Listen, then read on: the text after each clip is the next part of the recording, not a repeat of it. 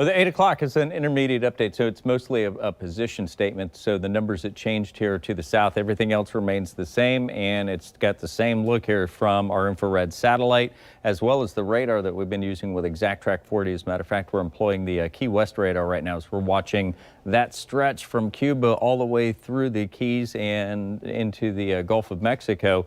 And it's across the Gulf of Mexico as it exits the Keys. And so where are we now? 55 miles to the west of Key West. So just off the tip of the Isles there.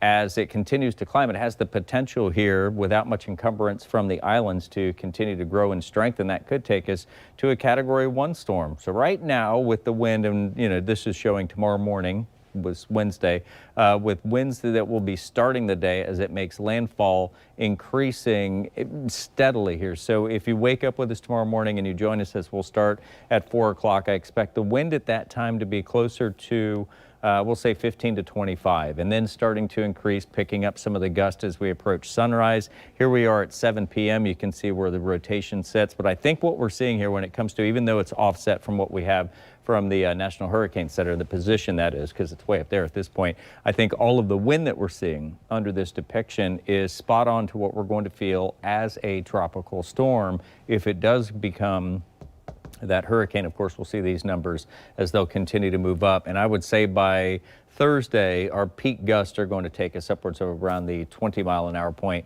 allowing some of that to begin to subside throughout the day.